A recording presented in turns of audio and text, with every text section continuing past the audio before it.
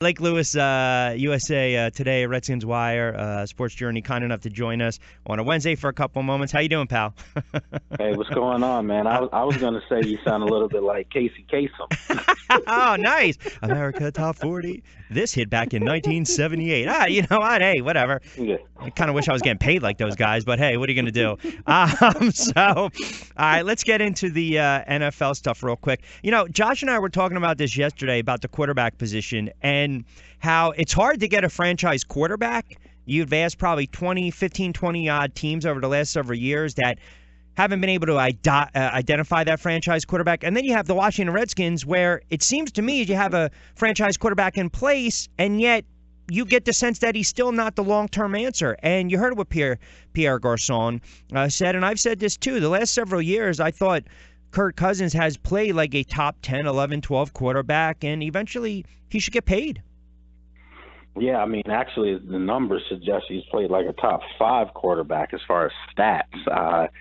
You know, I just wrote an article yesterday, and it's getting mixed reviews, and the article's talking about the two sides of, you know, Kirk Cousins' support. You know, so you have the fans who support him, think that, you know, he's a franchise quarterback.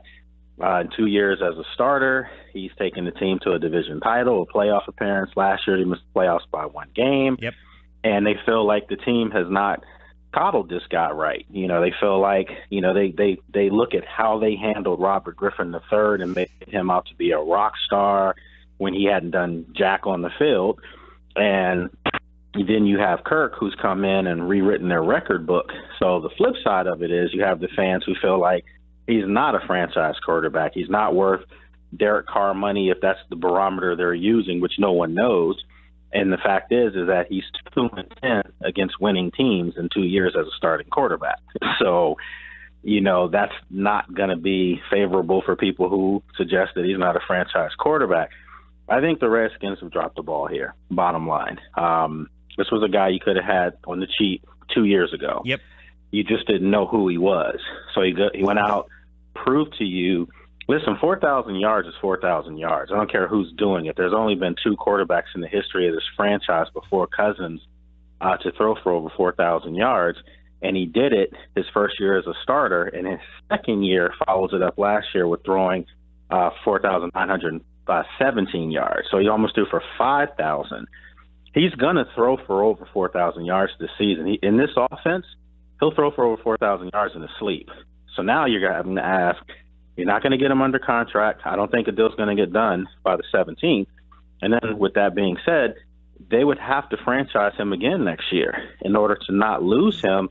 And let's face it, if they don't get a deal done, I think it's all the signs are it's going to be touch and go from here until the end of the season, and I just don't see it getting done. I really don't. Let me play devil's advocate here. So when he had, and you mentioned the numbers, and no doubt dimensions have been gaudy, close to 70% completion percentage, close to well over 9,000 yards, 54 touchdowns, 23 picks in the last 2 seasons. The passer rating was right there. He's going to be just 29 years of age. He also did that with Garçon and Jackson. So do you think maybe the argument is now that they're gone, would it be unreasonable to suggest that he's going to take a step back and struggle a little bit, and maybe that's why the Redskins are kind of wise to hold off a little bit on a massive contract because they want to see what he can do without those weapons? I mean, do you think maybe that's something they're taking into consideration? If they are, it's a bad gamble. And the reason for that is because he also played 6 games without his best player on offense in Jordan Reed. 5 games. So you have to think about it. Jordan Reed is their best weapon, and that is Kirk Cousins' first, second go-to guy. And then you have Jamison Crowder, of course. So those 2 guys come back. Jordan Reed plays a full season. He's going to catch 90 balls. And you think about Josh Doxson. You know, I keep reminding people who want to forget the guy was a first-round draft pick. That is expected. You're expected to dominate. You're expected to be good. And frankly, I'm telling your audience verbatim, I've seen this guy. And last year he looked great before he got hurt. He looks even better right now. And I think that the Redskins have enough on offense, wide receiver-wise, to really make people forget about Pierre Garçon and Deshaun Jackson. They really do. So with that said, I think it's a bad gamble for them because now their running back committee is better than it's ever been under Jay Gruden. So they're going to have more of a running game, which will aid Kirk Cousins in red zone situations where last year they struggled. So now you also have these receivers, Q, who are all outside of Jamison Crowder. Every receiver on the roster is 6'2" and over. Right. So now you're changing the whole dynamic, and Jay Gruden now is calling the plays, which he's never done as far as consistently. So I just think everything is set up for Kirk to be successful. It just comes to a situation where you have to ask yourself, if you're Kirk, what are you trying to accomplish here? Are you trying to be the highest paid quarterback, or are you trying to basically get yourself paid according to what the market says? And then if you're the Redskins, you have to ask yourself, are you lowballing a guy that's done everything you've asked of him, except win a playoff game? But last time I looked, this football team wasn't good enough to win a playoff game, not just Kirk Cousins. So fair points. Let's move on to a couple other NFL news and notes and some nuggets. So I was, when Calvin Johnson retired and he said he was beaten up and he was tired and he was ready to just kind of go in a different direction, I think a lot of it on the surface, you read into it and you say, listen, at the end of the day, the guy probably got tired of losing. And the numbers speak for themselves, right? He played 135 games over 9 seasons with the Lions. Their record in those games, 49-86. Now, there's some murmur that he might want to unretire, if you will. I don't even know if he actually put through his retirement papers, because I remember years ago, Monty Toomer didn't do it, and he said he was retired, and then he tried to sign on with Kansas City. So be that as it may, you're around a lot of players over the last several years. To me, at the end of the day, we always talk about these players and the money they make, but you know what? They're still competitive, and they want to win.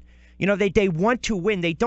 Great players don't want to be on bad teams their entire career. They really don't, because they know at the end of the day, maybe some of that separates the great ones from the all-time greats and getting in the Hall of Fame. And I think Calvin Johnson, he's a Hall of Famer, but I also think he just got tired of being on a bad team, and this was his only way out. Yeah, and I also think that, fans out there a lot of fans don't understand the dynamic of football, baseball, and basketball as far as the amount of money that football players don't make. I mean, fans are always going to gravitate towards the top 2 or 3 name guys on a team. And yeah, those guys make a lot of money, but it still pales in comparison to the NBA. The rest of the roster it's a joke money to an NBA or Major League Baseball player. That's why football players keep talking about they want to make all that money. I say that because when you're a football player, I've talked to a lot of guys who the love of the game that they had growing up isn't the same now. It's work to them. This is a job. And when I talk to my NBA contacts, they love the game of basketball. And it's easy to love something when you're getting paid just a ridiculous amount of money. So I think with football players, their whole MO is now just get what they can and get out of the game unscathed. And let's face it, Calvin Johnson got broke off a lot of money, and to the point where he's comfortable now and he could make that decision. You know what? I'm going to walk away. I'm going to have my health, as opposed to play for a team that's losing and I'm getting beat up all the time. I don't know if that's an approach that I would have taken, but I'm not Calvin Johnson. And even in my dreams, I couldn't have been Calvin Johnson. So, that kind of rubbed people the wrong way. But at the end of the day, I can understand that he did play 9 years, and he did play 9 years as perhaps the best in the game. So it's not like this guy was a guy that took days off and games off when he played. All right, real quick, let's end this on this. Forget about you got you got a couple quarterbacks that are still out there. We've ad nauseum talked about the Kaepernick nonsense, and I think at this point, I think his career's done unless there's just ridiculous. If there's 26 quarterbacks go down, maybe he gets a ring. He wants to do other stuff. Great, fine, no worries. But then you have a player in RG3. You're talking about a player that's still relatively young. Yes, he's had the injury history, no doubt.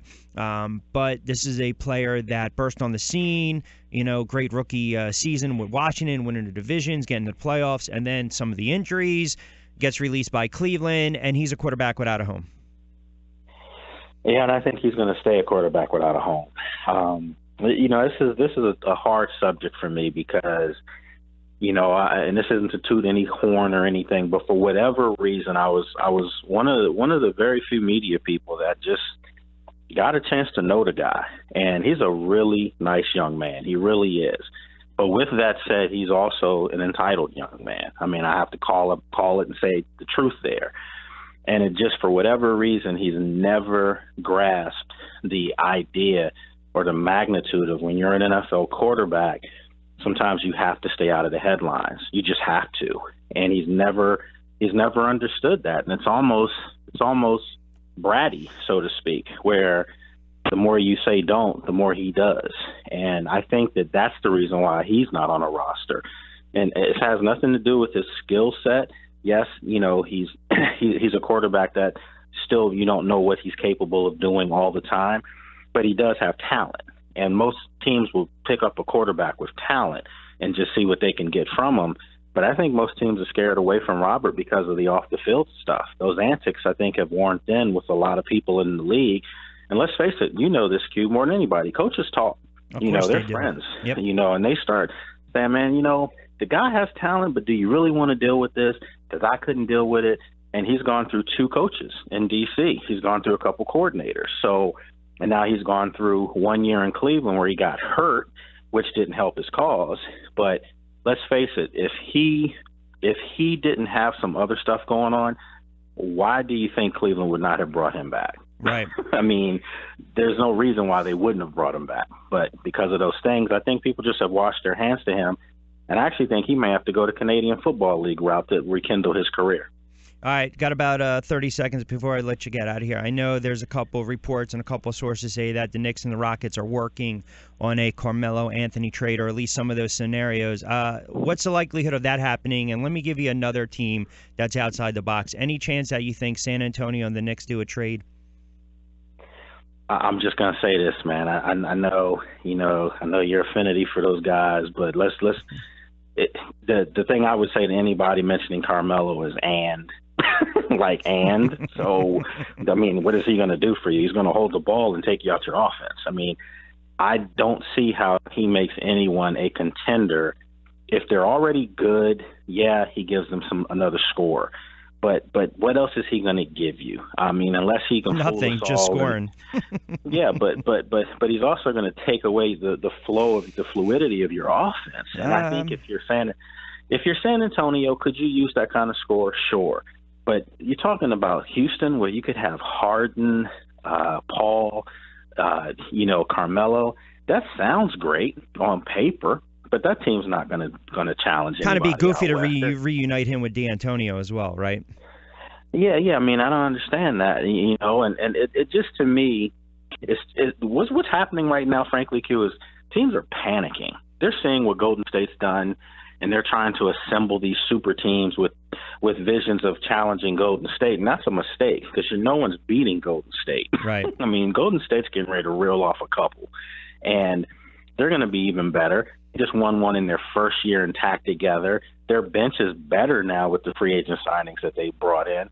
So I think if you're San Antonio, does Carmelo make you closer to Golden State? No, not at all. I don't even know how he and Kawhi Leonard could even coexist. I just don't even see that working. So I would shoot that down. But as far as to Houston, that seems like the logical move that more than likely could happen. I just don't know how that makes Houston any better than even Chris Paul going there. I don't know how that makes them better. All right, before I let you get out, you have your podcast on Wednesday nights or Thursday nights? It's tonight. It's okay. Actually tonight. You can check it out on dmbstream.com. Local company here that does a lot of good work. So check it out. We'll be talking Redskins and might even bring up this old weak subject. Yeah, I hear you. I can't stand them. Well, I'll be tuning in as well. All right, I always appreciate a couple moments, pal. Thanks a lot, bro. I appreciate it. Good show, bro. Thank you. All right, you got to be well. Lake Lewis.